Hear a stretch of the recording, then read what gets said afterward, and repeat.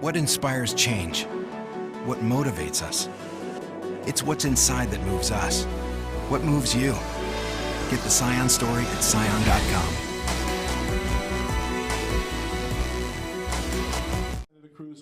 It was a blunt and shocking assessment from Hospital Administrator Joseph Verga and Chief Financial Officer Alan Ulrich. Over the summer, GMH suddenly and unexpectedly lost about 60% of its revenue.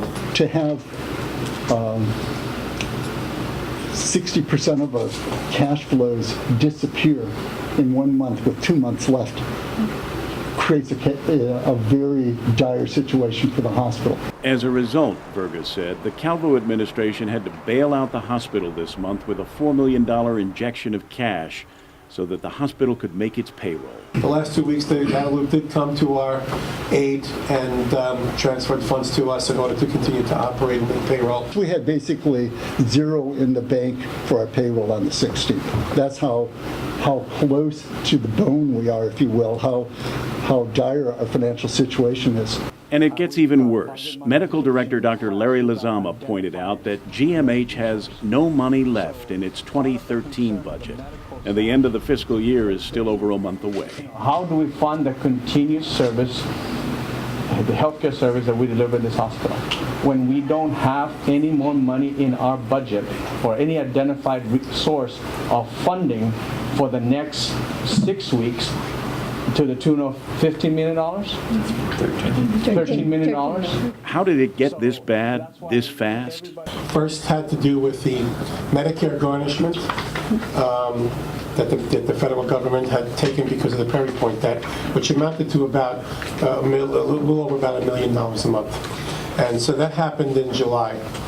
And in July, further compounded, we found out, again, unbeknownst to us, that both the Medicaid and MIP programs ran out of money. So we were not getting paid by both Medicaid and MIP. The crisis follows recent passage of 2 bills signed into law by the governor that were supposed to bolster the hospital's finances, but have not. The expanded bond borrowing authority has yet to be implemented, and CFO Ulrich says no money has been received from the gaming tax bill yet. But perhaps the most disturbing aspect of the hospital's sudden financial crisis is that it comes on the heels of GMH's recent hard-won reaccreditation, granted on the basis of financial reassurances given to the Joint Commission, which had expressed reservations about the hospital's financial ability to maintain the required levels of quality care for patients. We continue to provide services. We continue to maintain safe care.